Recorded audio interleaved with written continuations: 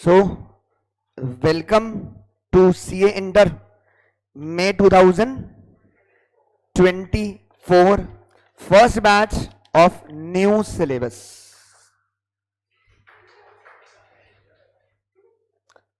क्या by chance किसी ने थोड़ा बहुत सिलेबस के बारे में R&D किया? नहीं किया? अच्छा किया, क्योंकि मैं बताऊंगा।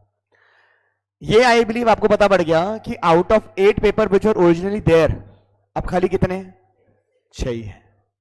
तो 2 पेपर तो कम हो गए सीधे सीधे, वो शांति हो गई जीवन के अंदर। आपका फाउंडेशन का सबसे ड्रास्टिक पेपर था लॉ, जहां आपको लॉ के अंदर सबसे ज्यादा तकलीफ लगती थी। उस लॉ में से काफी सारा पोर्शन हटा दिया जो अदर लॉ का था, एंड कंपनी लॉ को डिटेल में करा है थोड़ा थोड़ा। अनदर गुड थिंग, 2 अकाउंट्स हुआ करते थे, अब उसकी जगह एक सिंगल अकाउंट रह गया, and that is also majorly accounting standards, जिसकी लिस्ट आपने कभी देखी है फाउंडेशन की बुक में, अगर बाय चांस देखी होगी तो। अच्छा अच्छा अच्छा, आप सबको आई बिलीव ये बात पता है कि we are already running CA inter November 2023 batch, जिसका कंप्लीशन अब अगस्त के अंदर होगा। अगस्त फर्स्ट वीक में इसका कंप्लीशन हो जाएगा। इसी वजह से आपका क्लास, अच्छा, इसी वजह से आपका क्लास जो हो रहा है वो इवनिंग के अंदर हो रहा है फिलहाल। जब तक रिजल्ट नहीं आता, we will be running this batch Monday to Friday, 5 days a week, 2 hours a day। ऐसा ना सोचना कि ये अर्ली बर्ड है, यहां भी ठीक है, जब रिजल्ट आएगा तब एक्चुअल पढ़ाई स्टार्ट होगी। The objective of starting early bird so that you can start early. आप में से बहुत सारे ऐसे लोग हैं जिन्होंने अलोंग विथ क्लास 12th इसको प्रिपेयर किया, तो you already understand the importance of 6 months। तो आप ऑलरेडी 6 महीना अहेड चल रहे हैं अपने बाकी सारे लोगों से। अर्ली स्टार्ट कर कर you will complete a sizeable portion of the content of the syllabus, जो आपको लॉन्ग रन के अंदर एडवांटेज देगा।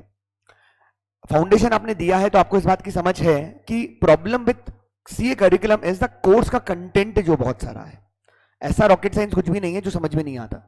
तो कंटेंट क्योंकि ज्यादा है तो हमें समय ज्यादा चाहिए कवर अप करने के लिए, and that's the only benefit of starting early with that early bird. I believe expected result का डेट इज समवेयर अराउंड 12 अगस्त, तो you will get an average करीब 25 दिन से 30 दिन के बीच में, जहां एक्स्ट्रा समय मिलेगा उसके लिए। जब हम अर्ली बर्ड स्टार्ट करने की बात कर रहे हैं तो हम यहां पर टेस्ट की बात भी कर रहे हैं, हम यहां पर पढ़ाई की बात भी कर रहे हैं, ये भी होंगे और कंटिन्यूएशन पे आपके चलेंगे, ठीक है। हाँ, नेचुरल है क्योंकि 2 hour का ही क्लास है एवरीडे, तो जो लोड आपके पर होगा वो धीरे धीरे करके ट्रांसफॉर्म होगा। जब रिजल्ट आएगा तो ये बैच शिफ्ट हो जाएगा करीब करीब 6 to 7 hours एवरी डे, जो शायद बाद में चलकर 8 घंटे पर भी शिफ्टिंग हो जाएगी। Batch completion will be 31st of January 2024, giving you full Feb, March, April for your test series and revision. Throughout the curriculum आपके टेस्ट साथ में चलते रहेंगे। ये जो टेस्ट सीरीज की मैं बात कर रहा हूं वो टेस्ट सीरीज बोर्ड पैटर्न, मतलब sorry not board pattern, not inter के जो टेस्ट पेपर्स होते हैं उसके हिसाब का टेस्ट सीरीज स्टार्ट हो जाएगा, जो 100 मार्क का प्रीलिम हम इसको बोलते हैं। Now the complete faculty team, each and every professor is coming from Mumbai and teaching. Even एक single subject, जैसे आज you will be starting with direct tax, तो डायरेक्ट टैक्स में today we have Sagar Vora sir, जो रफली शायद 60-65,000, might भी बहुत ज्यादा बेटर बता पाएंगे, 60-65,000 स्टूडेंट्स को at CA inter CA final level already पढ़ा चुके हैं। Have taken classes at Mumbai, already taking classes at Mumbai, have taken classes Delhi, Bangalore as well. इसके अलावा डीटी पढ़ाने के लिए आपके पास अमित राजपुरोहित सर भी आएंगे।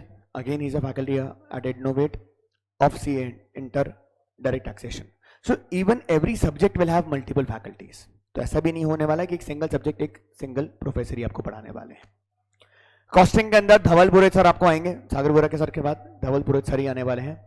धवल पुरोहित सर आएंगे, then we have some other professors as well जो कॉस्टिंग पढ़ाने आपको यहाँ पर आने वाले हैं। तो you will have multiple professors and a single subject as well. Law में कुछ पोर्शन आपको अंशुल सर पढ़ाने वाले हैं, अकाउंट्स के अंदर कुछ पोर्शन मैं आपको पढ़ाऊंगा। So that's how the complete curriculum will go. आपसे एक्सपेक्टेशन सिर्फ एक बात का है कि आपको जो रोज पढ़ाया जा रहा है आप उसको पढ़कर आए, उसको वापस घर जाकर देखें, तसल्ली से वापस ज्यादा देखें। भले ही अर्ली बर्ड है, डोंट थिंक कि अभी रिजल्ट नहीं आया तो मुझे कुछ पढ़ना नहीं है। आपको पढ़ना है, डेली बेसिस पर आपको पढ़ना है, ज्यादा नहीं पर जितना पढ़ाया जा रहा है उसको वापस से घर जाकर एक बार गो थ्रू जरूर करें, वो जरूरी है आपके लिए। ठीक है, कोई क्वेश्चन, कोई ऐसा चीज जो आप मुझसे पूछना था, फिर मैं सागर सर के साथ आपका क्लास स्टार्ट करवाऊंगा।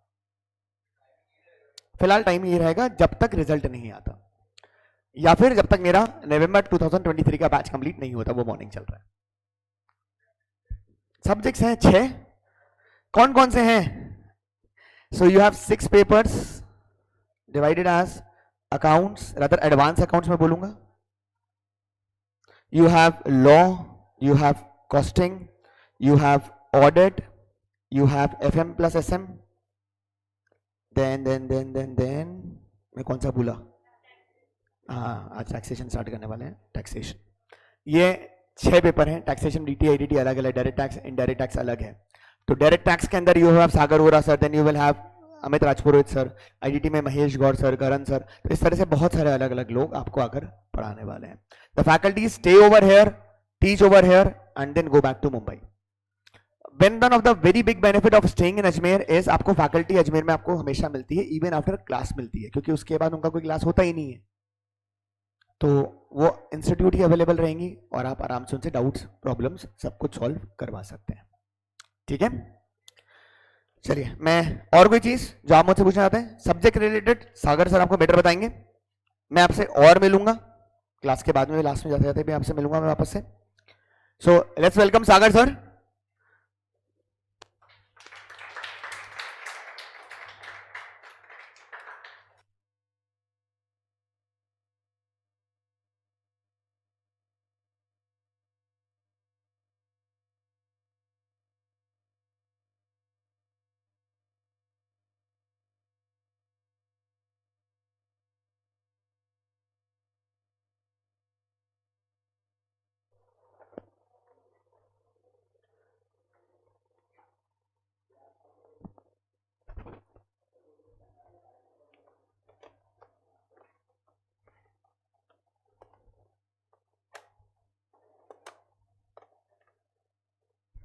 Yes. Good evening, friends. Sure. First of all, welcome to, you can say, Inter CA. See, अभी टैग मिलना थोड़ा सा बाकी है, बट आई एम श्योर आप लोगों ने अब जब अर्ली बर्ड ज्वाइन किया है, so you are also confident कि you will be clearing your foundation exams. So I would like to wish all the best for your results first of all. Now friends, पहले तो आप लोगों का अब जो जर्नी स्टार्ट हो रहा है for inter CA, now you have to be very very very careful, क्योंकि देखो जो भी स्टडीज आप लोगों ने अभी तक की है, जैसे मैं फाउंडेशन में बात करूं तो फाउंडेशन में सिर्फ 4 पेपर्स थे, और पहला पेपर था अकाउंट्स, दूसरा लॉ, फिर मैथ्स एंड लास्ट में ये BCK और BCR जो आपका था वो सारे के सारे पेपर्स मैनेजेबल पेपर्स थे, क्योंकि अकाउंट्स हम काफ़ी टाइम से पढ़ते आ रहे हैं. लॉ एक थोड़ा सा नया था, but it was not much difficult subject, it was very interesting. Indian contract act और सब. मैथ्स हमें थोड़ा सा आता था, इकोनॉमिक्स हमें थोड़ा सा आता था. अब यहाँ पे क्या है ना, inter CA is all together a different game friends. आपके टाइम पे न्यू सिलेबस का इंट्रोडक्शन हो चुका है. एक तरीके से मैं बोलने जाऊंगा तो इट इज गुड कि न्यू सिलेबस आ चुका, क्योंकि ओल्ड सिलेबस में नंबर ऑफ पेपर्स जो थे वो थे 8, न्यू सिलेबस में नंबर ऑफ पेपर्स कितने हैं 6। एक सब्जेक्ट जो सबसे ज्यादा टॉर्चर करता था स्टूडेंट्स को वो था EIS, दैट इज IT जो रहता है ना, it was related to all computer. बच्चों को समझ में ही नहीं आता था क्या ये subject. EIS and SM was there for 100 marks. Institute ने न्यू सिलेबस में EIS को निकाल दिया है, SM रखा है, which is there for 50 marks.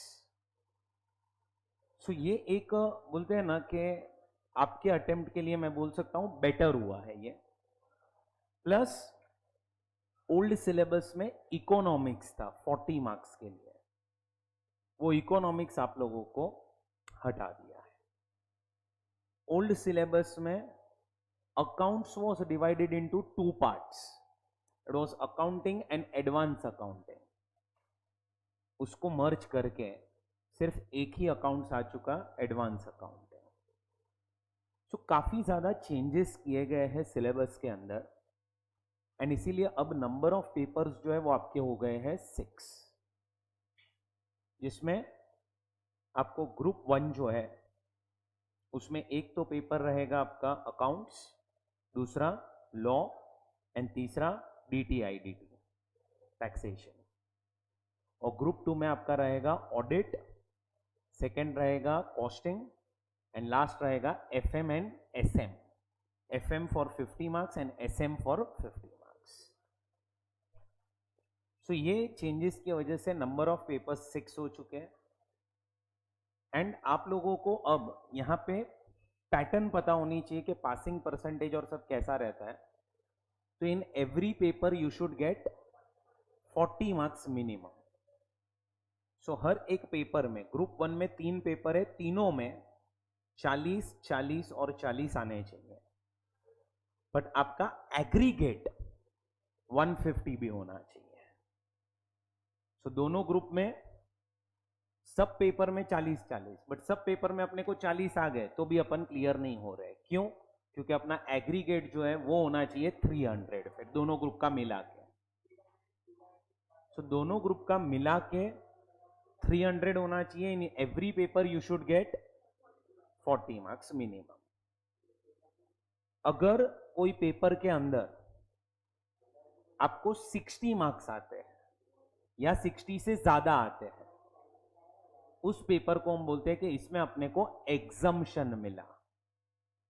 मतलब फॉर एग्जाम्पल कोई स्टूडेंट ने एग्जाम दी, उसके 3 पेपर थे जिसमें से 2 में उसको 39 और 39 आए और एक में उसको 63 मार्क्स आए, तो वो एक पेपर उसको देने की जरूरत नहीं है।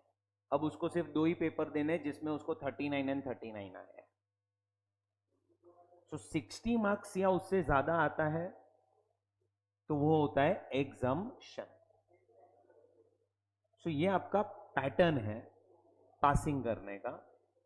अब और एक चीज जो इंस्टीट्यूट ने इस साल इंट्रोड्यूस की है, मतलब पास्ट में भी रखी थी, कि हर एक पेपर में वो लोग 30 मार्क्स MCQs रखेंगे। बट अब दोस्तों MCQs के वजह से ना पेपर थोड़ा सा ज्यादा डिफिकल्ट हो चुका है। सी MCQs में क्या हो गया ना, जो एरियाज को वो लोग टारगेट नहीं करते थे पहले, जहां से कुछ क्वेश्चन नहीं बन पाता था, अब वो सारे एरियाज वो लोग पूछ सकते हैं MCQ के फॉर्म में। और MCQ भी 2 टाइप के MCQs है। एक केस स्टडी बेस्ड MCQ, मतलब क्या, आपको पूरा एक केस बना के दिया जाएगा कि मिस्टर ए था, मिस्टर ए ने ये किया, मिस्टर ए ने ये किया, मिस्टर ए ने ये किया, चलो अब वो पूरा एग्जाम केस दिया, उसके नीचे आपको 5 MCQs पूछ लिए।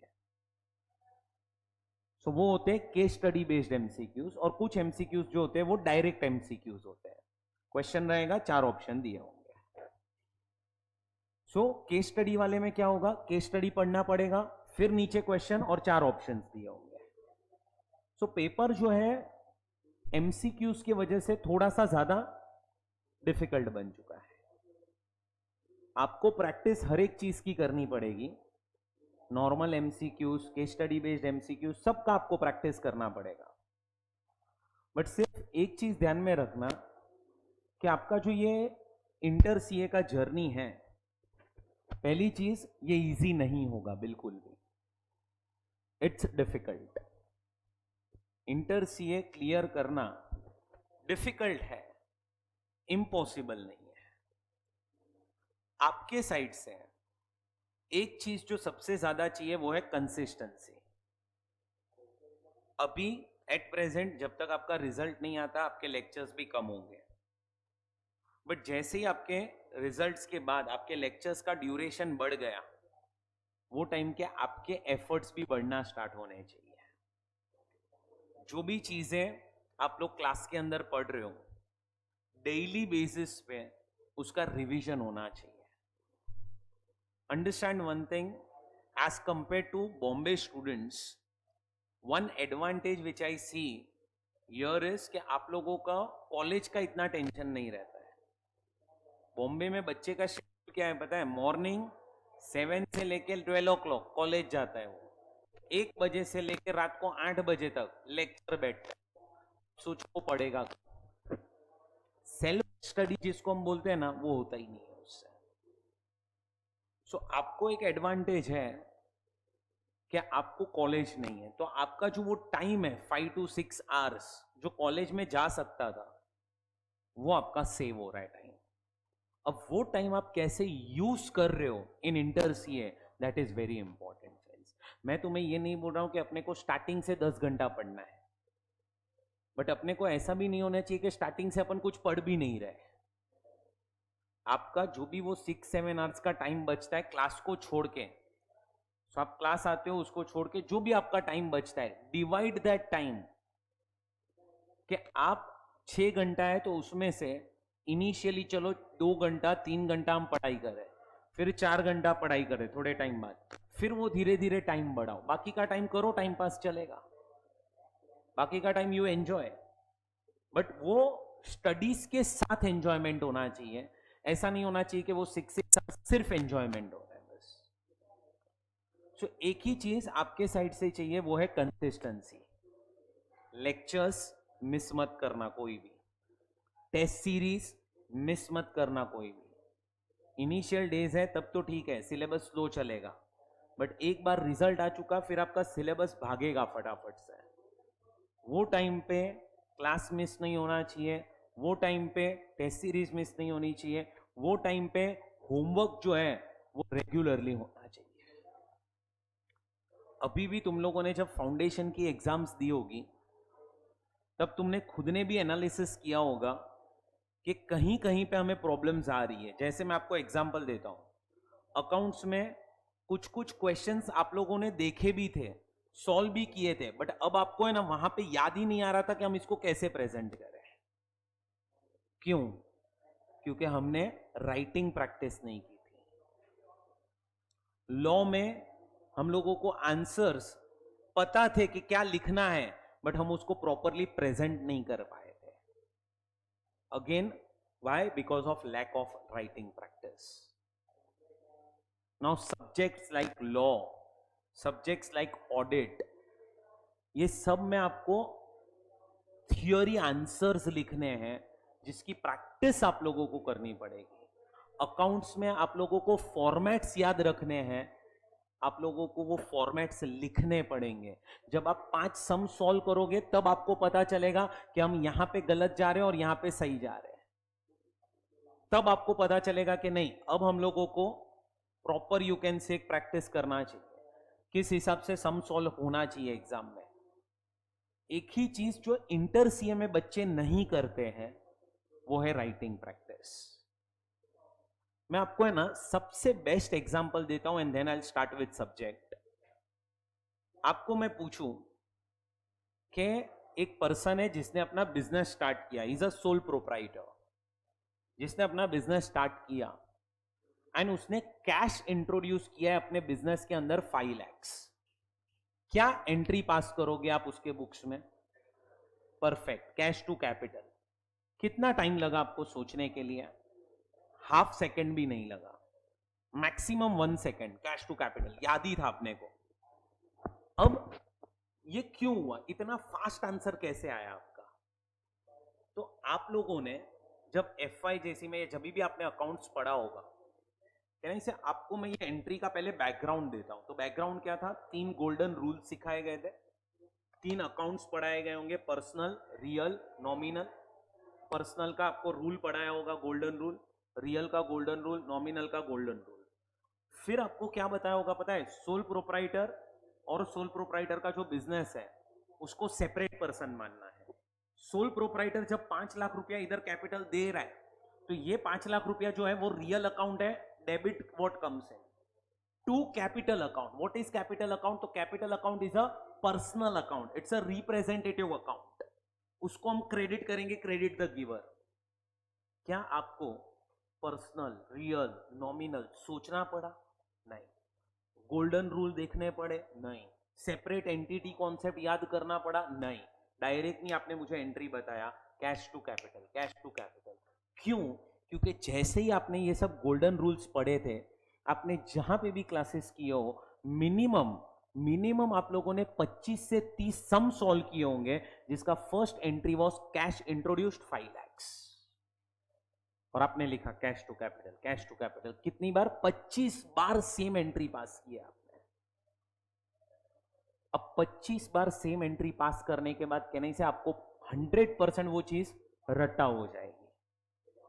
Problem in inter CA is, अब 25 बार छोड़ो, 3 बार भी रिवाइज नहीं करते हो चीजें। 3 बार छोड़ो, 2 बार भी आप रिवाइज नहीं करते हो। अंडरस्टैंड वन थिंग, जब तक तुम चीजें रिवाइज नहीं करोगे, डोंट एक्सपेक्ट ऑल्सो कि तुम्हारा रिजल्ट पॉजिटिव आएगा। 25 बार करने के बाद तुम्हें जब एंट्री मुंह पे है, तो इंटर सीए का सिलेबस तुम 4 बार या 3 बार भी पढ़ोगे, कहने से तुम्हें याद क्यों नहीं होगा? मुझे बताओ, आराम से याद हो जाएगा। एक ही चीज है बस, प्रैक्टिस प्रैक्टिस प्रैक्टिस, और उसमें कंसिस्टेंसी चाहिए बस। तुमने जिस हिसाब से 25 एंट्रीज पास किए ना, 25 बार सेम एंट्री पास किए ना, बस मैं बोल रहा हूं इंटर सीए का सिलेबस 3 बार अच्छे से रिवाइज कर लो। हम पढ़ाएंगे, उसके बाद तुम्हारे साइड से 3 रिवीजन डन, तुम इंटर सीए पक्का क्लियर हो। बस प्रॉब्लम है कि हम रिवाइज ही नहीं करते हैं। मैं आपको एग्जांपल देता हूं। आज ही मेरे को एक मैसेज आया था। सुनना मैसेज क्या? अभी सर मेरा ग्रुप 1 का स्टडीज, देखो बच्चे की एग्जाम कब है? नवंबर 23 में है। आज ही मुझे एक मैसेज आया कि मेरा ग्रुप 1 का स्टडीज में सब सब्जेक्ट्स कंप्लीट हो चुके हैं। ग्रुप 2 में, सुनना बराबर से, सर मैंने ग्रुप 2 में अकाउंट्स में सिर्फ 2 टॉपिक किए हैं, ऑडिट EISSM पूरा देखना बाकी है, और FM और जो लास्ट इकोनॉमिक्स है उसमें मेरे 3 टॉपिक हुए हैं। ये आज का ही मैसेज है मुझे। अब तुम सोचो, ऑडिट पूरा देखना बाकी है, EISSM पूरा देखना बाकी है, एडवांस अकाउंट्स में 2 टॉपिक किए हैं, FM इको में 3 टॉपिक किए हैं। मतलब अगर मैं आर्स गिनने जाऊं ना, आर्स कि कितने घंटे के उसके लेक्चर्स बाकी है, मिनिमम 400 घंटे के लेक्चर्स बाकी है उसके देखने के। और एग्जाम कब है? नवंबर। और मेरे को बोलता है मुझे, हाँ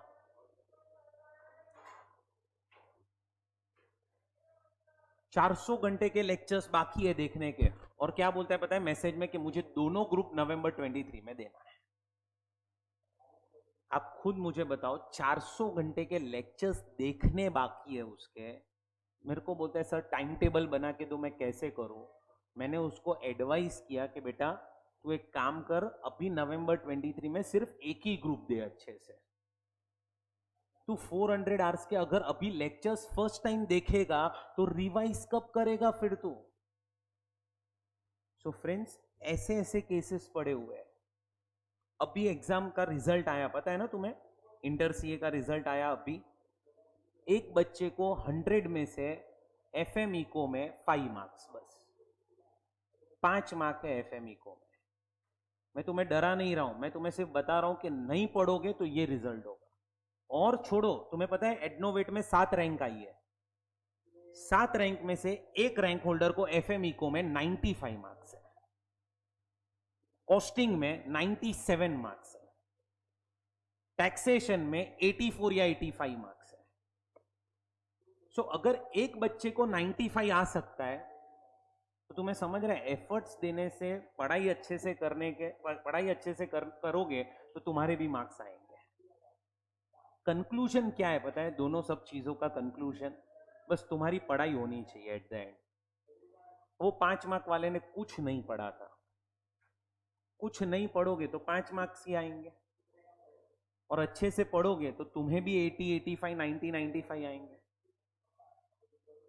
सो सब कुछ पॉसिबल है देखो, और जो भी चीज पॉसिबल है सब तुम्हारे हाथ में है। रिजल्ट तुम्हारे हाथ में ही है, सक्सेस एंड फेलियर तुम्हारे हाथ में ही है। बस अब तुम्हें ये टाइम कैसे यूज करना है, that is very important. Class में जो भी आपको बोला जाए subject wise, blindly follow that, blindly follow करो बस। क्योंकि सी हमें पता है कि पास्ट में क्या आया है रिजल्ट, हमें पता है पास्ट में क्वेश्चंस क्या पूछे गए, सो हम आपको प्रॉपरली गाइड कर पाएंगे। सो बस जो बोला जाए वो फॉलो करो ब्लाइंडली। अब हम स्टार्ट करते हैं, टैक्सेशन सब्जेक्ट्स है।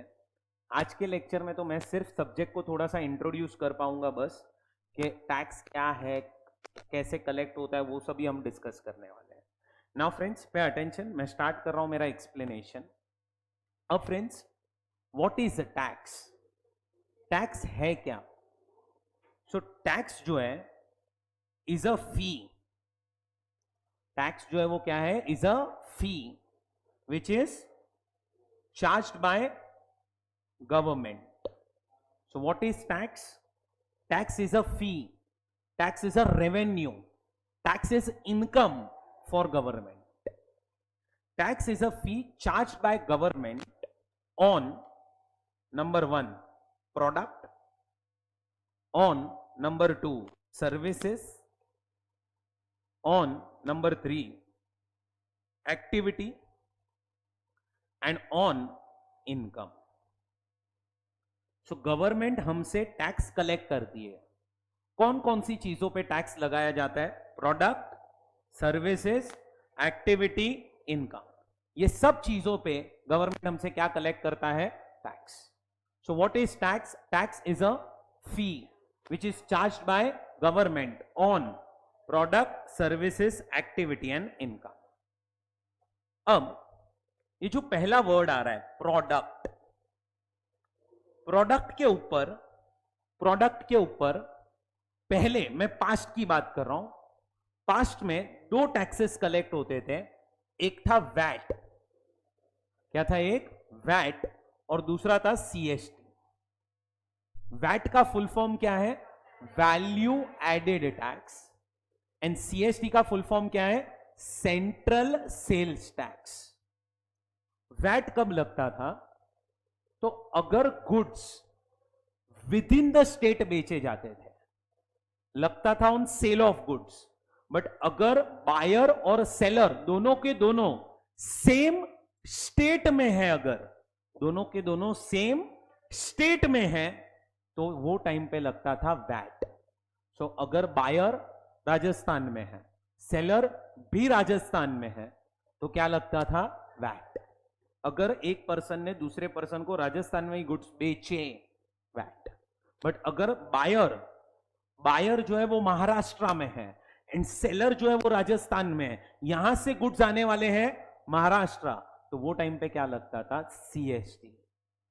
तो ये प्रोडक्ट के ऊपर गवर्नमेंट हमसे 2 टैक्स लेती थी, एक वैट और एक सीएसटी। वैट कब लगता था? On intra state sale, sale state के अंदर हो रहा है तब। एंड सीएसटी कब लगता था? इंटर स्टेट सेल पे। उसके बाद जो भी पर्सन सर्विसेज प्रोवाइड करता था उस पे क्या लगता था? Service tax. क्या लगता था? Service tax.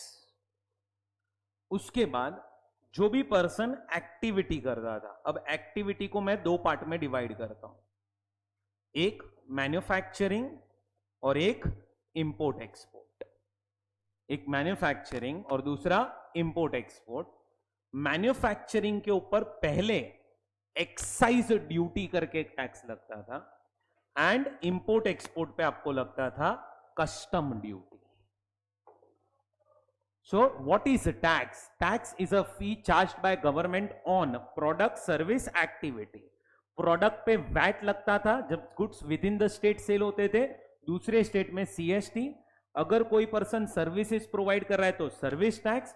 अगर आप कोई एक्टिविटी कर रहे हो ना, what is activity? Manufacturing is an activity, excise duty लगता था. Import export is an activity, custom duty लगता था. और इनकम जो है, इनकम, उसके ऊपर लगता है इनकम टैक्स. नाउ फ्रेंड्स, हुआ क्या? ये VAT, CST, service tax and excise duty, ये जितने भी टैक्सेस मैंने अभी बॉक्स के अंदर डाले, गवर्नमेंट ने ये सारे टैक्स को क्लब करके एक ही टैक्स बना दिया. क्या? जीएसटी. अब VAT, CST, service tax, excise duty सब हटा दिया, एक ही टैक्स रखा है जीएसटी.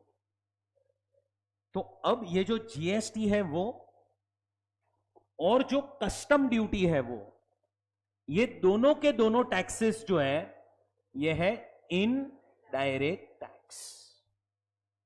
ये दोनों के दोनों टैक्सेस कौन से टैक्सेस हैं? Indirect tax. और जो इनकम टैक्स है ना, वो है डायरेक्ट टैक्स.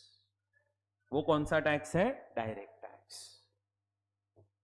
अब friends, what is main difference between direct tax and indirect tax? Direct tax और इनडायरेक्ट टैक्स का सबसे बड़ा डिफरेंस क्या है, पता है आप लोगों को कुछ? यस, बोलो. यस, थोड़ा सा उसको थोड़ा सा डिटेल में एक्सप्लेन करोगे आप?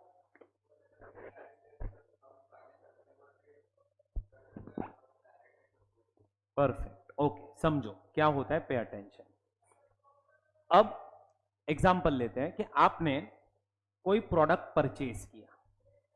फॉर एग्जांपल, आप लोगों ने आज सैमसंग का एक सेलफोन परचेज किया. सैमसंग का क्या परचेज किया? सेलफोन. आप यहां पे रिलायंस डिजिटल करके हैं, उसमें चले गए, वहां पे गए और वहां पे बोला मुझे सैमसंग का सेलफोन चाहिए. उसने बोला कि सैमसंग का सेलफोन जो है वो 50,000 रुपये में आएगा. अब 50,000 के अंदर कहने से आपसे जीएसटी भी लिया गया है. तो फॉर एग्जाम्पल, फोन की वैल्यू 40,000 है, प्लस उन्होंने 10,000 रुपया जीएसटी लिया आपसे. एग्जाम्पल ले रहे हैं अपन सिर्फ. अब मुझे बताओ, क्या गवर्नमेंट आप सब जो कस्टमर है जो फोन लेने जा रहे हैं रिलायंस डिजिटल में, क्या गवर्नमेंट ने आके आप सबको बोला कि हमें जीएसटी चाहिए तेरे से? Answer is no. गवर्नमेंट ने जीएसटी लगाया किस पे? तो उन्होंने लगाया है सैमसंग के ऊपर. जो पर्सन मैन्युफैक्चरर है, जो पर्सन सेलर है, उसके ऊपर जीएसटी लगाया. लेकिन एक मिनट, ये सेलफोन का एंड यूजर कौन है? कैन आई से कस्टमर्स. एंड यूजर आप लोग हो. तो सैमसंग क्या बोल रहा है कि गवर्नमेंट हम तो तुझे जीएसटी देंगे, लेकिन हम जीएसटी किससे रिकवर करेंगे? कस्टमर से. क्यों? क्योंकि एंड यूजर कौन है? कस्टमर. एंड यूजर कौन है? कस्टमर. अच्छा, चलो और एक एग्जांपल लो कि एडनोवेट जो है, कहने से वो स्टूडेंट्स को सर्विसेज दे रहा है. एडनोवेट ने स्टूडेंट्स को क्या दिया? सर्विसेज दिया.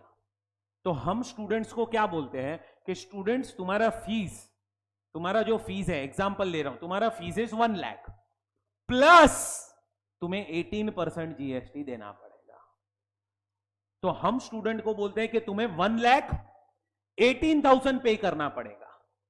अब मुझे बताओ, क्या गवर्नमेंट स्टूडेंट्स के पास आके बोल रहा है ये हमें जीएसटी दे? Answer is no.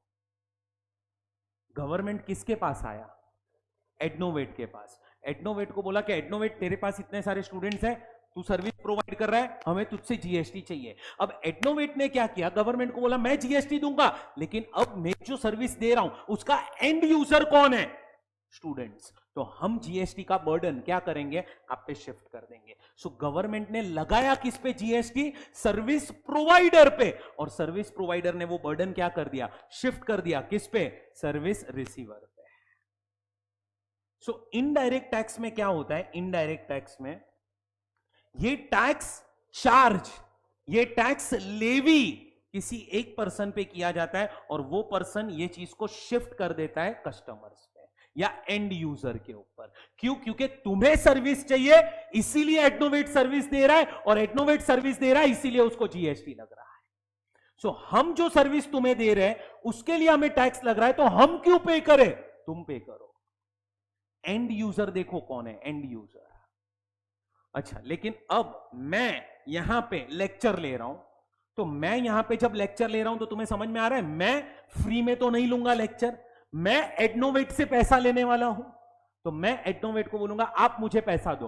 अब वो जो पैसा आया दैट इज माय इनकम, मुझे बताओ ये इनकम जो मुझे आ रही है क्या उसमें से तुम्हें कोई बेनिफिट मिल रहा है, आंसर इज नो। ये इनकम यूज कौन करेगा, मैं खुद करने वाला हूं। सो मैं खुद यूज करूंगा इनकम, एंड यूजर मैं हूं, मैं इनकम कमा रहा हूं, अब इसका बर्डन मैं तुम लोगों पे शिफ्ट नहीं कर सकता हूं। सो डायरेक्ट टैक्स में क्या होता है कि जो बर्डन है टैक्स का वो आप किसी और पे शिफ्ट नहीं कर सकते। ये मेन डिफरेंस है between direct tax and indirect tax. अब इंटर सीए जो है उसमें पेपर नंबर 3 जो है आपका, paper number 3 is taxation which is divided into two parts. A, income tax law, that is your direct tax, and B, GST, that is your indirect tax. ये 50 mark के लिए है आपके सिलेबस में, और ये भी 50 मार्क्स के लिए है। GST 50 marks and indirect tax for direct tax for 50 marks. ये मैंने इंटर सीए की बात की, पेपर नंबर है 3। ये 100 मार्क्स का पेपर रहेगा, ऑप्शनल क्वेश्चन गिन के 120 मार्क्स का पेपर होता है, और ये पेपर के अंदर 30 मार्क्स क्या होंगे, एमसीक्यूज, 15 मार्क्स के एमसीक्यूज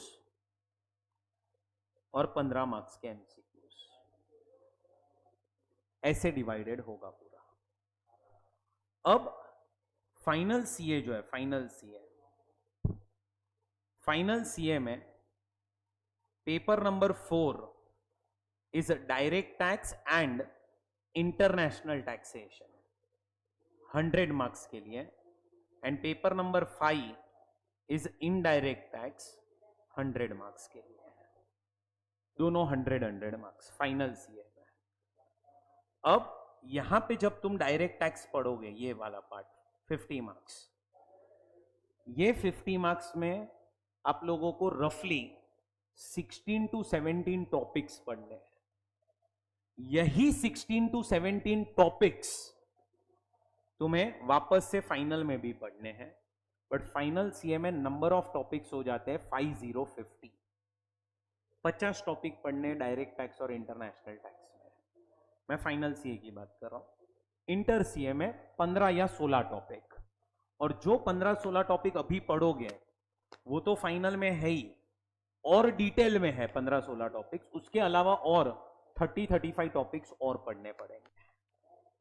सो फाइनल सीए तो पूरा अलग ही यू कैन से गेम है वो as compare to inter CA, but ठीक है, कुछ भी ऐसा नहीं है कि पॉसिबल ना हो, आराम से सब कुछ पास हो सकते हो, आराम से सीए बन सकते हो। ऐसा मत समझना मैं बोल रहा हूं बन सकते हो आराम से तो इजी है, चीजें डिफिकल्टी है बट मैनेजेबल है।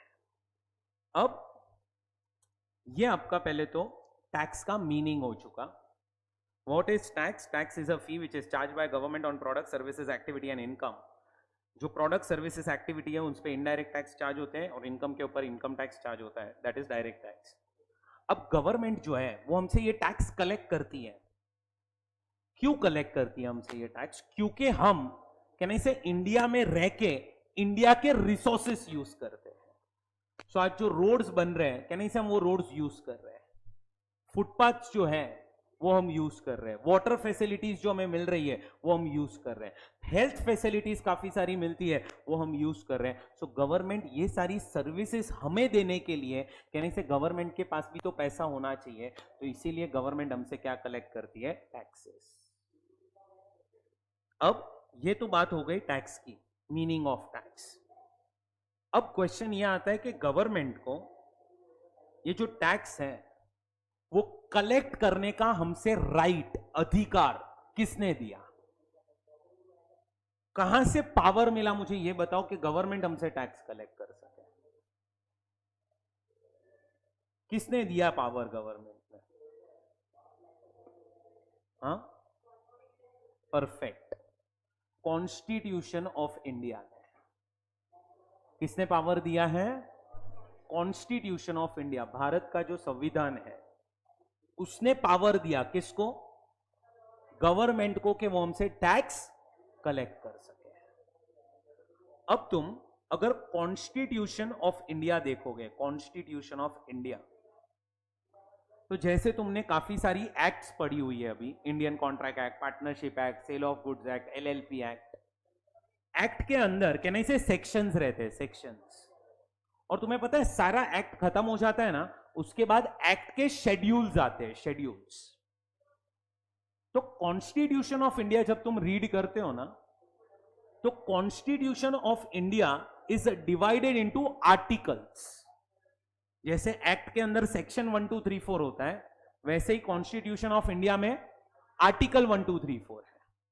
और पूरा कॉन्स्टिट्यूशन ऑफ इंडिया खत्म हो जाएगा, उसके बाद क्या है? कॉन्स्टिट्यूशन ऑफ इंडिया के शेड्यूल्स है।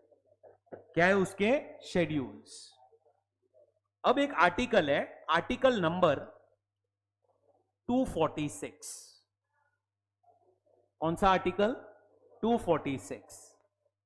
अब यह आर्टिकल तुम रीड करोगे ना 246, तो इसमें लिखा है refer schedule number 7। So constitution of India में आर्टिकल है 246 जो बोलता है रेफर शेड्यूल नंबर 7, और 7th शेड्यूल जो है वो 3 पार्ट्स में डिवाइडेड है। पहला जो पार्ट है उसको हम बोलते हैं यूनियन लिस्ट। क्या बोलते हैं हम इसको? Union list.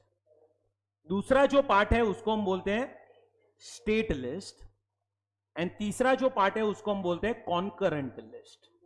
पढ़ा है आपने ये सब? अब ये जो यूनियन लिस्ट है इसको हम लिस्ट 1 बोलते हैं, इसको हम लिस्ट 2 बोलते हैं, और इसको हम लिस्ट 3 बोलते हैं। अब ये यूनियन लिस्ट जो है इसके अंदर डिफरेंट डिफरेंट मैटर्स दिए गए हैं। यहां पे कुछ चीज लिखी है, यहां पे कुछ चीज लिखी है, यहां पे कुछ चीज लिखी है। जो भी चीजें यहां पे लिखी है ना, उन सब पे लॉ बनाने का जो पावर है, पावर, वो सेंट्रल गवर्नमेंट के पास है। स्टेट लिस्ट के अंदर भी मैटर्स लिखे हुए हैं, इस पे लॉ बनाने का power is with state government. And concurrent list में जो भी मैटर्स दिए हैं उस पे लॉ बनाने का power is with both central and state government. So अलग अलग चीजें यहां पे लिखी गई है, जो भी चीजें यहां पे लिखी है उन सब चीजों पे लॉ कौन बना सकता है? Central government. सेम वे में स्टेट लिस्ट में जो भी मैटर्स लिखे हैं state government, and concurrent list में जो भी मैटर्स लिखे हैं उस पे both central and state government. अब सुनो, ये जो डायरेक्ट टैक्स है दैट इज इनकम टैक्स, ये कौन से गवर्नमेंट के पॉकेट में जाता है? तो ये जाता है in the pocket of central government. तो सेंट्रल गवर्नमेंट के पॉकेट में जा रहा है, इसका मतलब ये टैक्स कहां दिया होगा? Union list. यूनियन लिस्ट के अंदर जो मैटर नंबर 82 है इसको हम एंट्रीज बोलते हैं। तो जो एंट्री नंबर 82 है उसमें लिखा है taxes on income other than agriculture income. मतलब क्या? सेंट्रल गवर्नमेंट हम तुझे पावर दे रहे, क्या पावर दे रहे? कि तुम लॉ बना सकते हो। किसके रिगार्डिंग लॉ बना सकते हो? टैक्सेस ऑन इनकम के रिगार्डिंग। मतलब इनकम के ऊपर कैसे टैक्स कलेक्ट किया जाएगा उसका लॉ बनाने का power is with central government. लेकिन एक चीज पे हम तुम्हें पावर नहीं दे रहे हैं, और वो क्या है? एग्रीकल्चर इनकम पे तुम टैक्स नहीं कलेक्ट कर सकते। आपने कहीं ना कहीं पढ़ा भी होगा कि एग्रीकल्चर इनकम जो इंडिया में आती है उस पर टैक्स नहीं लगता। इसीलिए नहीं लगता क्योंकि कॉन्स्टिट्यूशन ही पावर नहीं दे रहा है। अब जो चीज के ऊपर हमें टैक्स नहीं लगता है उसको हम बोलते हैं नॉट टैक्सेबल, और नॉट टैक्सेबल को हम बोलते हैं एग्जम्प्ट। क्या बोलते हैं? एग्जम्प्ट। एग्जम्प्ट मतलब वो इनकम पे टैक्स नहीं लगता। सो कॉन्स्टिट्यूशन ऑफ इंडिया जो है that is divided into articles. Article number 246 बोलता है रेफर शेड्यूल नंबर 7, और 7th शेड्यूल जो है वो 3 पार्ट में डिवाइडेड है। पहला union list, second and third. Union list में जो भी मैटर्स कवर होते हैं उस पे लॉ बनाने का power is with state list में जो भी मैटर्स कवर होते हैं उस पे लॉ बनाने का power is with, and concurrent list में जो भी मैटर्स फॉल होते हैं उस पे लॉ बनाने का power is with both central and state. Union list में एंट्री नंबर 82 जो है उसमें लिखा है taxes on income other than agriculture income. So agriculture income छोड़ के बाकी सब चीजों पे टैक्स लॉ जो है वो बनाने का पावर हम दे रहे हैं सेंट्रल गवर्नमेंट को। अब फ्रेंड्स, ये जो सारी चीजें मैंने आपको सिखाई अभी, ध्यान से सुनना। एक चीज समझो, डायरेक्ट टैक्स अभी आप लोगों को इंटर सीए में तो है ही, पढ़ना ही है। अब जैसे ही आप इंटर सीए कंप्लीट करोगे क्या स्टार्ट होगा आपका? आर्टिकलशिप। आर्टिकलशिप में 2 फील्ड मेन होती है, सबको पता है क्या? Tax and audit. तुम्हें समझ रहा है? ये चीज जो यहां पे सीखी आर्टिकलशिप में भी काम आएगी। वो तो छोड़ो, आर्टिकलशिप के बाद फाइनल सीए में काम आएगी, और फाइनल सीए के बाद जब तुम जॉब स्टार्ट करोगे वहां पे भी ये सारी चीजें यूज होने वाली है। सो टैक्स और ऑडिट ये 2 मेन फील्ड है। अब ये जो तुम्हें देख रहा है ना यहाँ पे final CA, direct tax and international tax, सिर्फ तुम्हारे नॉलेज के लिए बता दूं कि इंटरनेशनल टैक्स में क्या होता है कि जब कोई पर्सन आउटसाइड इंडिया से इंडिया में इनकम कमाता है तो उसको कैसे टैक्स करना है वो सब आप फाइनल में पढ़ोगे।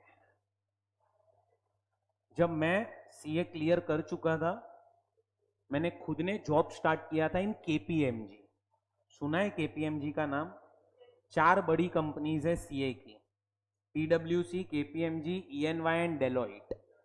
ये 4 बिग 4 जिसको हम बोलते हैं, उसमें से मैं केपीएमजी में जॉब पे था, और मैं खुद ये इंटरनेशनल टैक्सेशन डिपार्टमेंट में था।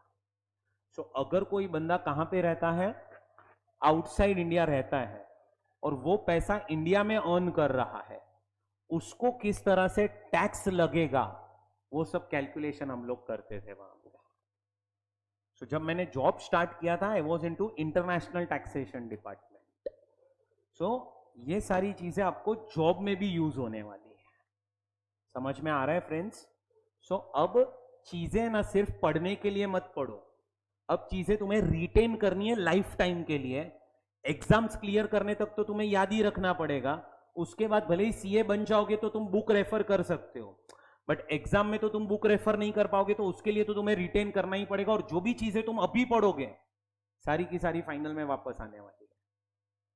So direct tax, indirect tax, FM, फिर ऑडिट, ये सब फाइनल में वापस आने वाला है। सो पढ़ो इस हिसाब से कि अब चीजें लाइफ टाइम तुम्हें याद रहे। सो मैंने आपको अभी 2 चीजें सिखाई है। पहला क्या सिखाया? What is meaning of tax, and second क्या सिखाया? गवर्नमेंट को पावर कहां से मिला हमसे टैक्स कलेक्ट करने का। चलो ये दोनों चीजें आप नोट डाउन कर लीजिए, फिर अपन आगे बढ़ते हैं।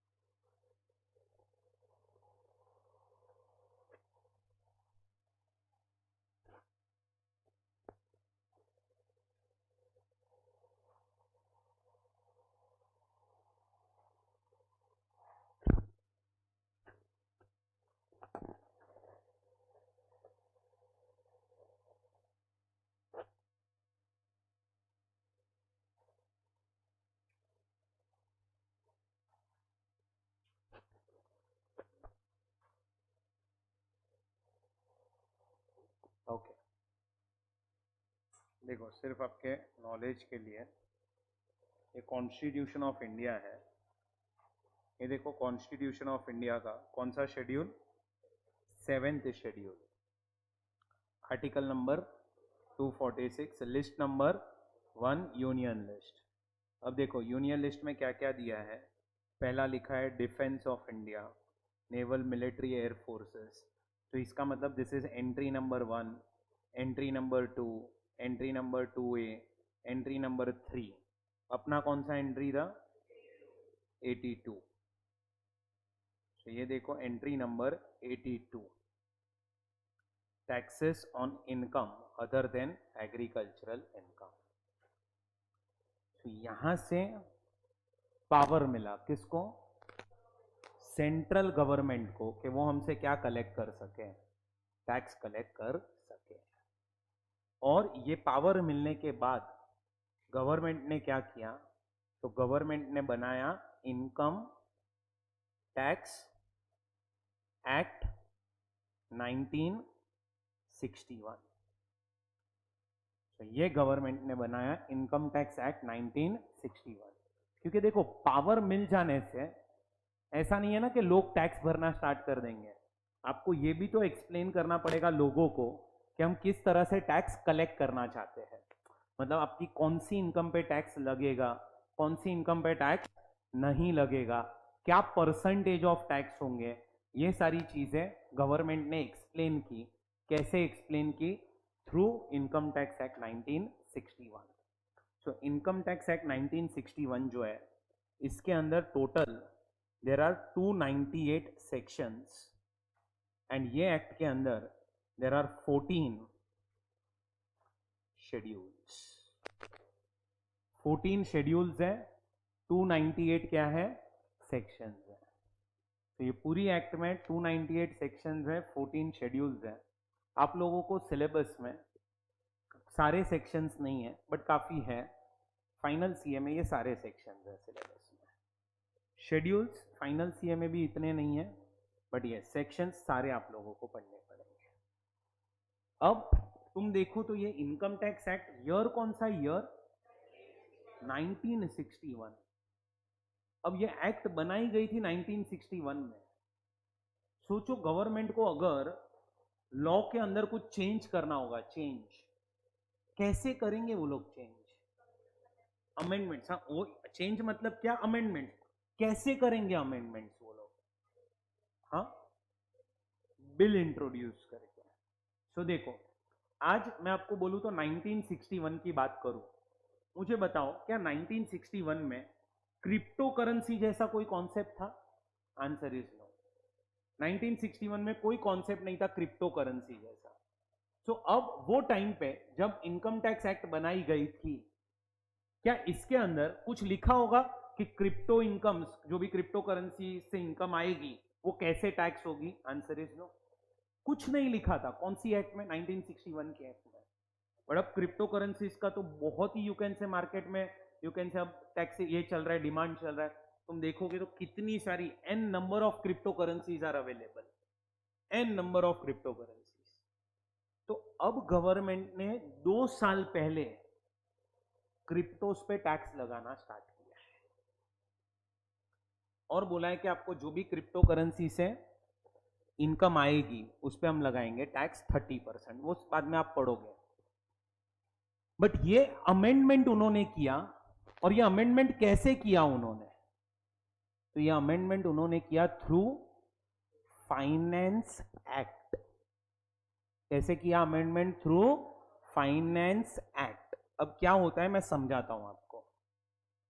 हर साल, सुनना बराबर से, अब हर साल 1 फेब को अपने जो फाइनेंस मिनिस्टर है करंटली निर्मला सीतारामन जी, 1 फेब को आपको पता होगा तो टीवी पे आता है कि हम फाइनेंस बिल प्रेजेंट कर रहे हैं।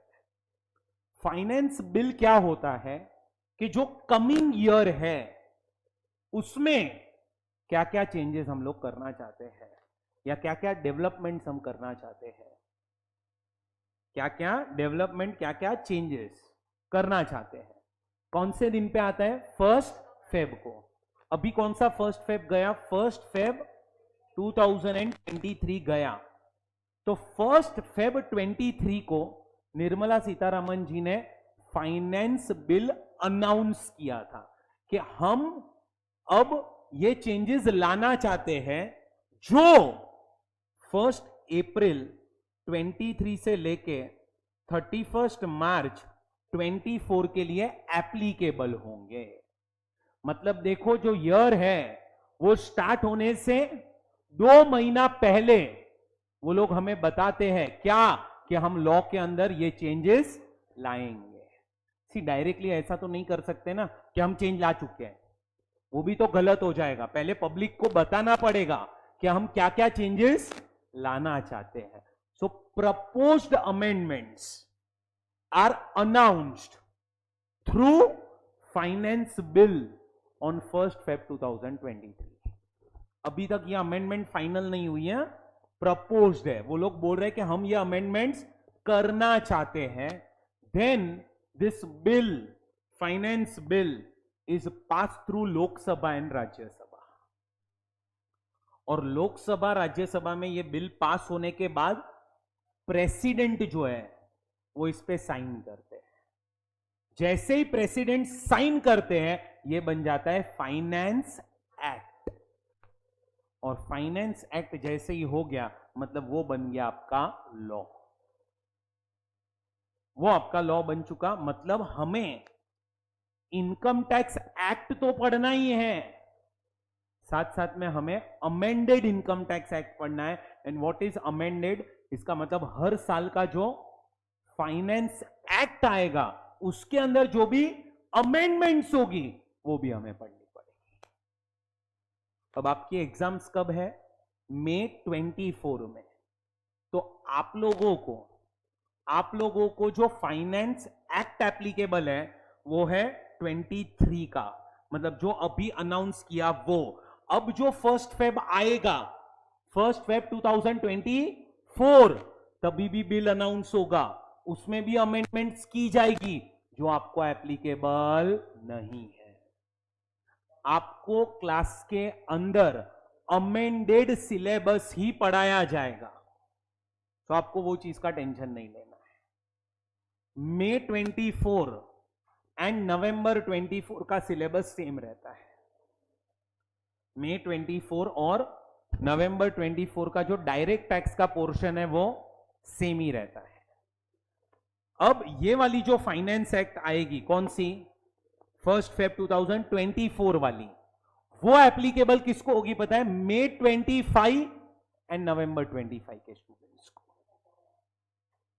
आप लोगों को ये वाली फाइनेंस एक्ट एप्लीकेबल है जो अभी अनाउंस हुई थी। तो हर साल गवर्नमेंट क्या करता है? हर साल गवर्नमेंट अमेंडमेंट्स करता है। कैसे अमेंडमेंट्स करता है? Through finance act. Finance act कैसे बनता है? तो पहले फाइनेंस बिल अनाउंस होता है, फाइनेंस बिल फिर लोकसभा राज्यसभा से पास होगा, प्रेसिडेंट उस पर साइन करेगा, फिर वो बन जाएगा फाइनेंस एक्ट। सो इनकम टैक्स एक्ट 1961 था, तब से लेके अभी तक हर साल ये एक्ट के अंदर अमेंडमेंट्स किए गए हैं। वो अमेंडमेंट्स जो है वो होते हैं थ्रू फाइनेंस एक्ट। अब ये तो बात हो गई अमेंडमेंट्स की। अब सुनो, अब आप लोगों को इनकम टैक्स एक्ट तो पढ़ना ही है, इसके साथ साथ आप लोगों को पढ़ना रहता है इनकम टैक्स रूल्स। सो एक्ट भी पढ़ोगे, फिर क्या पढ़ोगे आप? इनकम टैक्स रूल्स पढ़ोगे। अब इनकम टैक्स रूल्स क्या होते हैं? एक सिंपल सा एग्जांपल देता हूं। एक डॉक्टर है, डॉक्टर जब ऑपरेशन करता है कहने से उसके आजू बाजू में उसके हेल्पर्स रहते हैं, हेल्पर्स। सेम मैनर में ये जो एक्ट है ना, एक्ट के अंदर क्या है? सेक्शंस। सेक्शंस के जो हेल्पर्स है ना, हेल्पर्स, वो है रूल्स। सो कुछ सेक्शंस में ऐसा लिखा है रेफर दिस रूल, तो आपको जाके वो रूल पढ़ना पड़ेगा। अब इंटर सीए में इतने कोई रूल्स है नहीं तुम्हारे सिलेबस में, बट सिर्फ मैं तुम्हें बता रहा हूं कि जैसे डॉक्टर को एक हेल्पर लगता है, वैसे ही एक्ट को भी एक हेल्पर चाहिए, और वो हेल्पर कौन है? Income tax rules. सो आपको इनकम टैक्स एक्ट पढ़ना है, जिसके सिलेक्टेड सेक्शंस पढ़ने हैं। कुछ रूल्स हैं आप लोगों को, कुछ थोड़े बहुत ही रूल्स है, 4-5 रूल्स है, बस वो पढ़ने हैं। अब तुम समझो, एज अ टैक्स पेयर आप क्या चाहोगे? ज्यादा टैक्स भरना के कम? कम। तो आप कहीं ना कहीं टैक्स की चोरी करोगे। चोरी करोगे, आप हमेशा यही चाहोगे कि हमारे खर्चे ज्यादा दिखाए और इनकम कम दिखाए। सो अब क्या होता है ना, कुछ चीजों को लेके झगड़ा होता है, डिस्प्यूट होता है। अब मैंने सपोज कोई खर्चा पीएनएल में डेबिट कर दिया, मुझे इनकम टैक्स डिपार्टमेंट जो है वो बोलेंगे अरे ये खर्चा तू डेबिट नहीं कर सकता, अलाउड नहीं है। मैंने कर दिया, अब हमारे बीच में झगड़ा चल रहा है। झगड़ा चल रहा है तो ये सॉल्व कौन करेगा झगड़ा? तो झगड़ा सॉल्व करता है high court and supreme court. तो हाई कोर्ट और सुप्रीम कोर्ट में क्या होते हैं? केस फाइट होते हैं। मैं बोल रहा हूं कि इस पे टैक्स लगना चाहिए, सॉरी मैं असेसी हूं, मैं बोल रहा हूं इस पे टैक्स नहीं लगना चाहिए, डिपार्टमेंट बोल रहा है इस पे टैक्स लगना चाहिए। ऐसे झगड़े होते रहते हैं। फिर वो झगड़े का जो डिसीजन आता है उसको हम बोलते हैं केस लॉ। क्या बोलते हैं हम उसको? सो आपको केस लॉ भी पढ़ने पड़ते हैं। अब आपके पूरे सिलेबस में, इंटर सीए के सिलेबस में सिर्फ एक ही केस लॉ है बस, इसके अलावा आपको कोई केस लॉ नहीं पढ़ना है। फाइनल सीए में आप लोगों को मिनिमम 150 केस लॉस पढ़ने हैं। 150 केस लॉस मतलब जो सुप्रीम कोर्ट के एंड हाई कोर्ट के जजमेंट्स हैं वो भी आपको पढ़ने पड़ेंगे। सो अगर मुझे कोई पूछता है कि मुझे इनकम टैक्स लॉ पढ़ना है, what is income tax law? Income tax law is income tax act, income tax rules, case laws plus finance act. यहां पे ही खत्म नहीं होता है अभी तक, और भी काफी कुछ है। क्या है और? सर्क्यूलर्स एंड नोटिफिकेशंस, ये भी हमें पढ़ना पड़ता है। Now what is circulars and notifications? तो सर्क्यूलर्स एंड नोटिफिकेशंस जो है ये लॉ के वर्किंग को स्मूथ करते हैं, या कोई चीज को एक्सप्लेन करना है तो उसके लिए भी सर्क्यूलर्स एंड नोटिफिकेशंस की हम हेल्प लेते हैं। फॉर एग्जाम्पल, बेस्ट एग्जाम्पल देता हूं मैं तुम्हें। आपने इतना सुना होगा ना कि हर साल इनकम टैक्स के अंदर रिटर्न फाइल करना पड़ता है। रिटर्न 31 जुलाई अभी रिटर्न फाइल करना पड़ेगा। सोचो ये हिमाचल प्रदेश में बाढ़ आ गया, अब वहां पे बाढ़ आया तो वहां पे लोग क्या रिटर्न फाइल कर पाएंगे? ये पोजीशन में नहीं। वो टाइम पे गवर्नमेंट क्या करता है? सर्क्यूलर्स एंड नोटिफिकेशंस इशू करके बोलता है कि हिमाचल वाले लोग जितने भी हैं तुम एक काम करना, अभी रिटर्न फाइल मत करना। कोविड हुआ था, कोविड के वक्त क्या लोग रिटर्न फाइलिंग देखेंगे? पॉसिबल नहीं है। गवर्नमेंट ने नोटिफिकेशंस इशू किए थे और बोले थे एक काम करो, पहले तुम अपना घर संभालो, बाद में रिटर्न फाइल कर लेंगे। ये सारी चीजें मिला के इनकम टैक्स लॉ बनता है, इनकम टैक्स लॉ। सो ये सब्जेक्ट जो है ना, direct tax, never ending subject है, कभी खत्म नहीं होगा तुम्हारा। कितना भी पढ़ लो कुछ ना कुछ बाकी रह ही जाएगा। बट ये सारी चीजें इनकम टैक्स लॉ है। मेरे खुद के पास है ना एक बुक है, एक बुक, अभी इनकम टैक्स एक्ट 1961 चल रहा है। पहले ना इनकम टैक्स एक्ट था 1922, फिर वो चेंज करके 1961 बना। मेरे पास जो बुक है ना उसमें 1922 का प्रोविजन दिया है क्या था, 1961 का प्रोविजन दिया है क्या था, और हर साल जो अमेंडमेंट्स हुई है ना वो भी उसमें दी है। कितने पेजेस की वो बुक है पता है? टोटल 8 मॉड्यूल्स है, 8 मॉड्यूल मिला के 15,000 पेज की बुक है, 15,000 पेजेस। उसको हम बोलते हैं कमेंट्री, कमेंट्री बोलते हैं। संपद अयंगर करके ऑथर है, उसका कमेंट्री है पूरा, 15,000 पेजेस का बुक है, 8 वॉल्यूम्स है उसके। उसमें हर एक चीज दी हुई है कि स्टार्ट से लेके अभी तक क्या था। मैंने वो बुक 2011 में खरीदा था। अभी तुम खरीदने जाओगे ना वो बुक, तो तुम्हें लेटेस्ट 2016 का मिलेगा, क्योंकि ये बुक लिखने के लिए टाइम चाहिए उन लोगों को। तो ये बुक आज की डेट में 2-4 साल पुराना ही मिलेगा। 2023 का बुक चाहिए तो वो 2027 में मिलेगा तुम्हें। सो वैसा होता है। सो ये पूरा मिला के इनकम टैक्स लॉ बनता है। ये सारी चीजें आप लोगों को पढ़नी पड़ती है। अब आपके सिलेबस में है सिलेक्टेड ही चीजें हैं। इनकम टैक्स एक्ट थोड़ा सा डिटेल में है, रूल्स 2-3 ही है, केस लॉज एक ही है, फाइनेंस एक्ट तो हमें साथ साथ में ही पढ़ना पड़ेगा, 2-4 सर्क्यूलर्स हमें पढ़ने पड़ेंगे। ये सब बेसिक चीजें हैं जिसका नॉलेज आप लोगों को होना चाहिए। आप लोगों ने इंटर ये फाउंडेशन में भी पढ़े होंगे ना केस लॉज, तो सेलोमन वर्सेस सेलोमन और सब, तो वो सब केस लॉज और सब पढ़े होंगे। सो बच्चा एफ गद्दर करके भी कुछ तो एक केस लॉ था, अभी था ऐसा कुछ, चलो छोड़ो, फाउंडेशन याद नहीं है अपने को अभी। बट यस, ये सारी चीजें मोटा मोटी आपका डायरेक्ट टैक्स है। अब आप लोगों को मैं बता दूं कि एडनोवेट के अंदर what will be the approach, हम क्या अप्रोच से पढ़ने वाले हैं। तो आपको एडनोवेट में पहला एक तो एडनोवेट का डायरेक्ट टैक्स का थियोरी बुक मिलेगा, थियोरी बुक। जो देखो यहां पे ये ओपन किया ही है मैंने, बट ये आपके अटेम्प्ट के लिए नहीं है, इसमें थोड़े से चेंजेस आएंगे। ये लास्ट अटेम्प्ट का बुक है, ये सारे आपके टॉपिक्स हैं। तो ये थियोरी बुक आपको मिलेगा, एक 20 नहीं है, ये सबको डिवाइड करके 20 किया है, ऐसे 15-16 टॉपिक्स मेन है। ये बुक सब मिला के सिर्फ 146 साइड्स का है, 146 साइड्स। हाँ, तो इसको हाफ कर दो, इतने पेजेस हो गए आपके, पतला सा एकदम बुक है ये। इसमें आपका डायरेक्ट टैक्स का सारा थियोरी कवर्ड है। जो आपके मॉड्यूल में प्रोविजंस दिए हैं आईसीएआई ने, वो सारा ये बुक में कवर्ड है।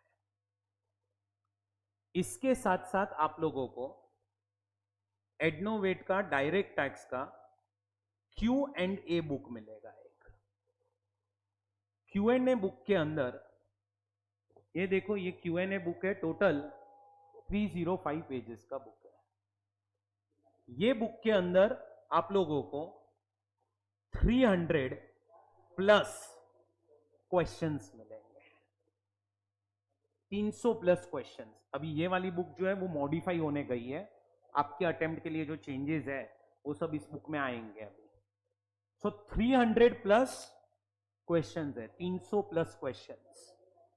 ये सारे क्वेश्चंस मॉड्यूल के क्वेश्चंस हैं, पास्ट पेपर्स,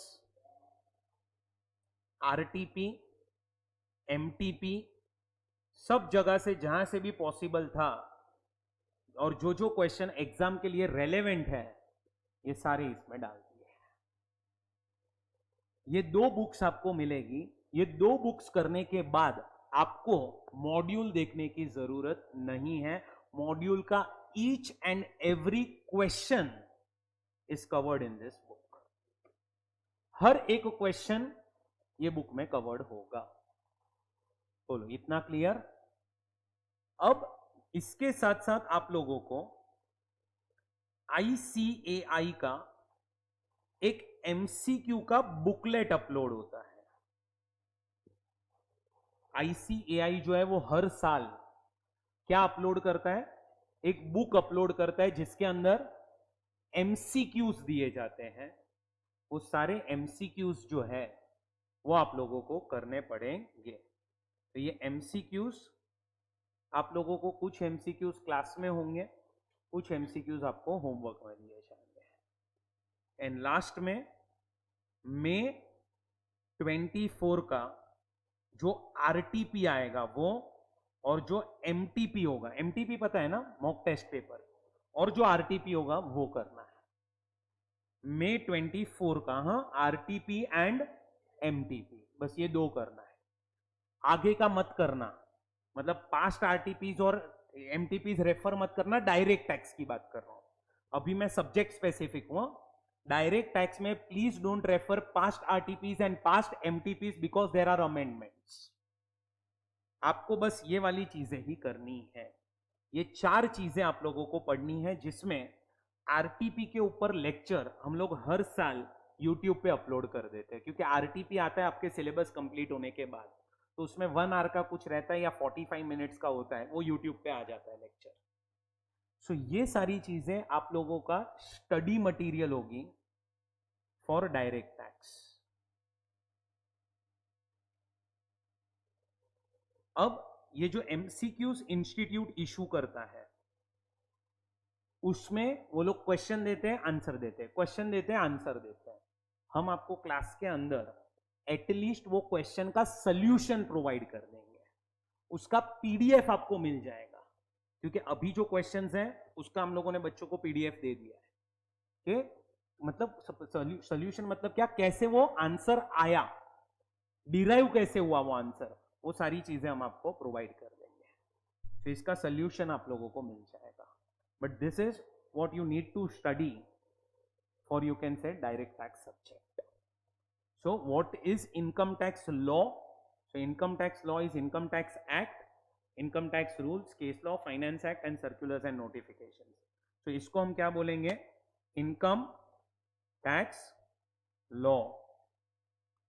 एंड ये जो नीचे लिखा है वो सब स्टडी मटेरियल, आपको क्या क्या चीजें पढ़नी है, कहीं पे आप सिर्फ नोट कर लीजिए, नॉट रेलेवेंट इतना, बट आपको सिर्फ पता होना चाहिए कि क्या क्या चीजें हैं बस।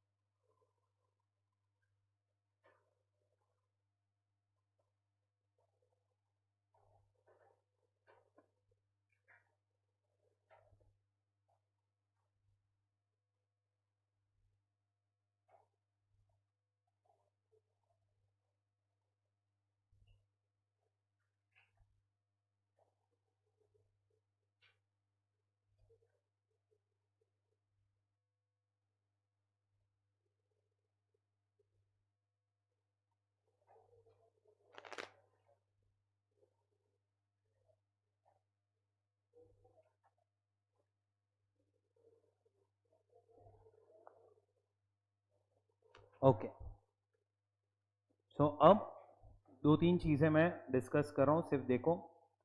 जो इनकम टैक्स एक्ट है, income tax act 1961,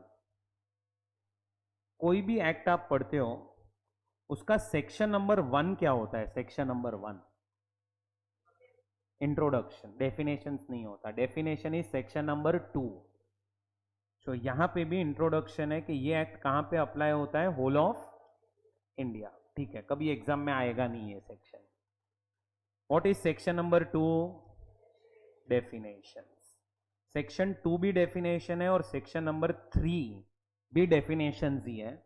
income tax act के अंदर 2 और 3 में डेफिनेशंस दी हुई है।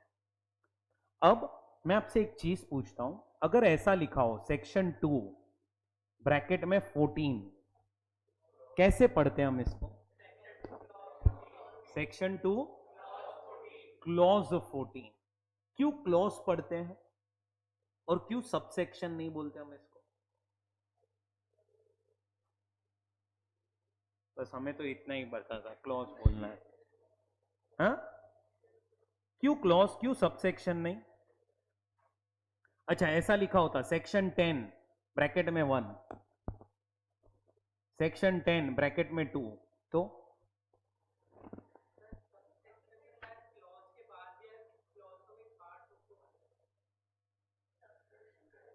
इसको सबसेक्शन बोलते हैं। तो वो 2 वाले में क्यों सबसेक्शन नहीं? अच्छा सर, वो हमें नहीं पता है। उसके बाद मतलब सेक्शन 2 वाले को क्लॉज बोलते हैं, उसको सबसेक्शन बोलते हैं। गलत। हाँ,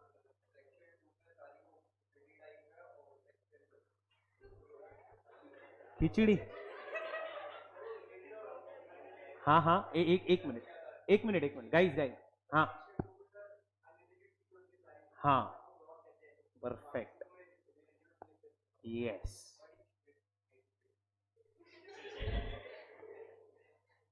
अब ध्यान से सुनो, मैं आपको समझाता हूं।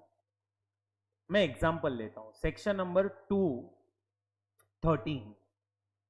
अब इनकम टैक्स एक्ट जो है ना, एक्ट, उसका 213 देखोगे ना, तो उसमें उन्होंने बिजनेस वर्ड को डिफाइन किया है, बिजनेस।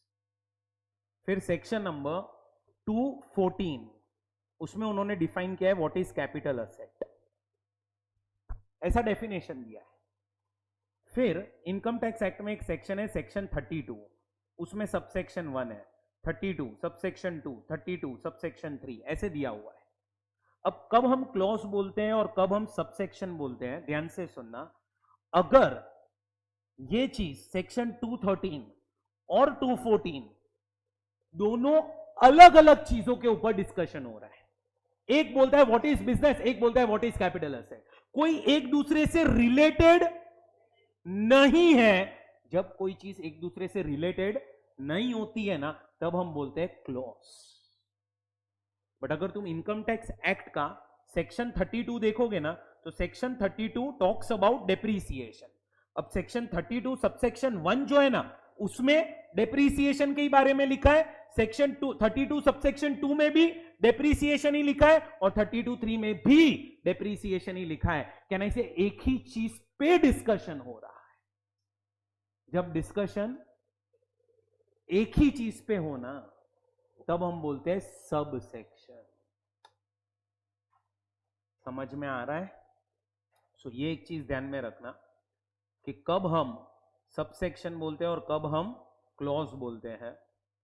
अगर कोई चीज एक दूसरे से रिलेटेड नहीं है तो हम क्या यूज करते हैं, क्लॉज, और एक दूसरे से रिलेटेड है तब हम क्या बोलते हैं, सब सेक्शन। अब एक लास्ट पॉइंट मैं डिस्कस कर रहा हूं, बाकी का अपन डिस्कशन कल करेंगे, और वो है चार्जिंग सेक्शन।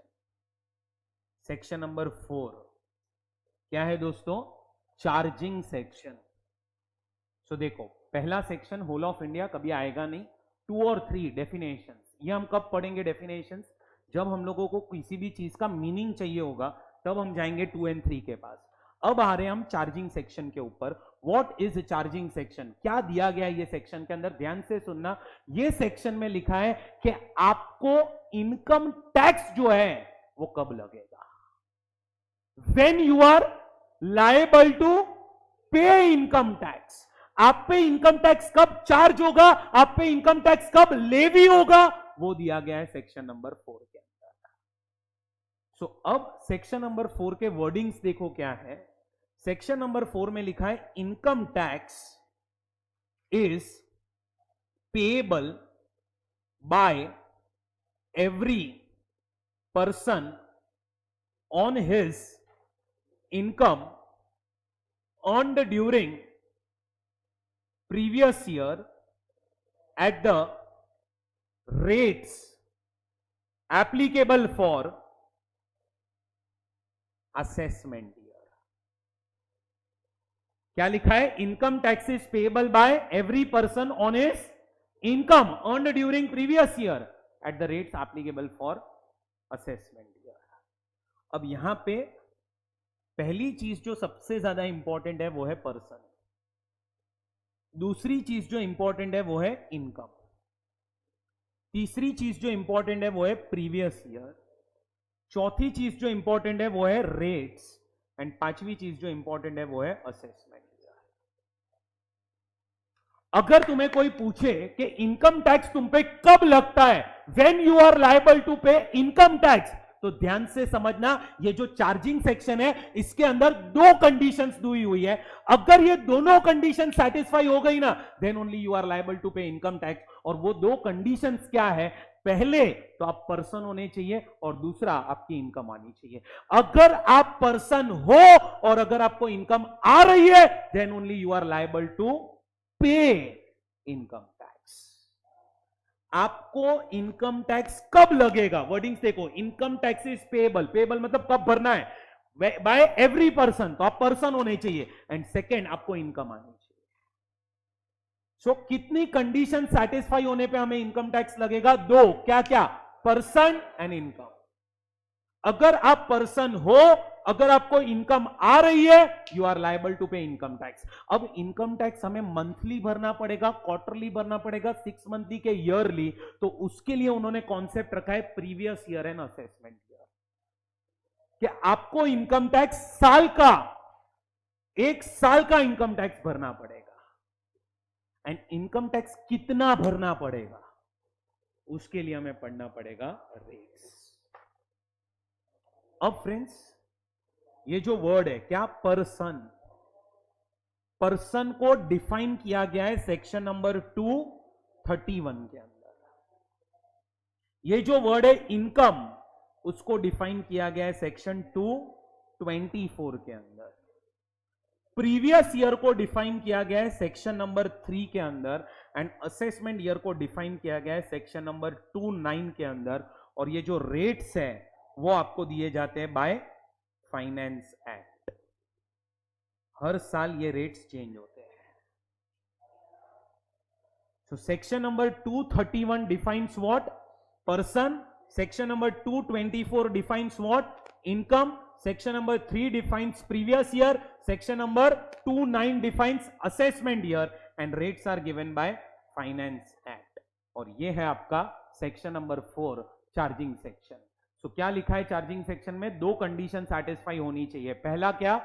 पर्सन। दूसरा क्या? इनकम। अगर ये दोनों कंडीशंस क्या हो जाती है? सेटिस्फाई, तो हम आप लोगों को इनकम टैक्स लगाएंगे।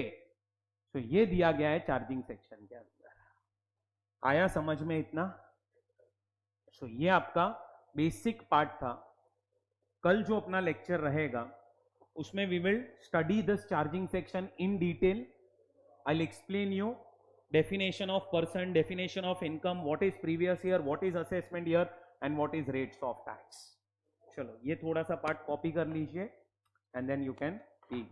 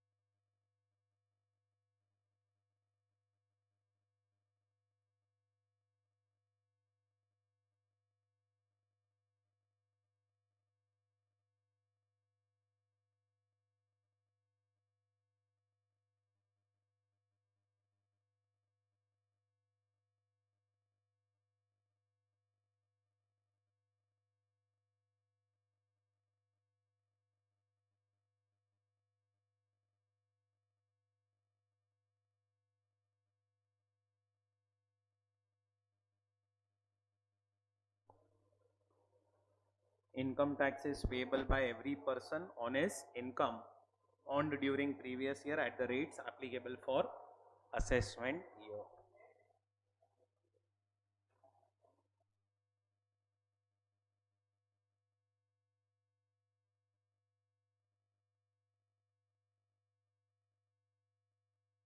Okay, so we'll meet tomorrow and we'll continue tomorrow. Bye bye. Thank you.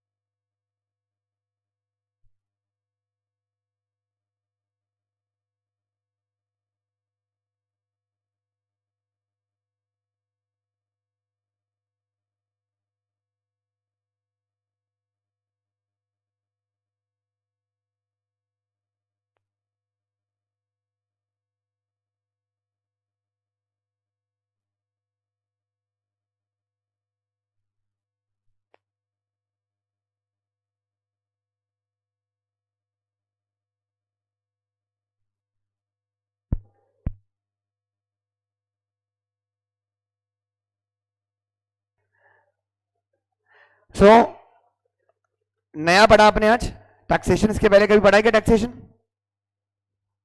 अरे इसके पहले कभी टैक्सेशन पढ़ा है क्या? नहीं। कुछ दिन सेम टाइम रहने वाला है। मैं जब अकाउंट्स लेने आऊंगा तो मैं आपको और डिटेल के अंदर रिगार्डिंग ऑल द 6 सब्जेक्ट्स क्या क्या करिकुलम हुआ, क्या करिकुलम में पहले कंपैरिजन में चेंज आया, वो बताऊंगा। बाकी रिस्पेक्टिव फैकल्टीज जब आएंगी तो अपने अपने सब्जेक्ट के बारे में आपको इंट्रोडक्शन देगी। बहुत दिनों बाद पढ़ाई करी तुमने, कैसा लगा?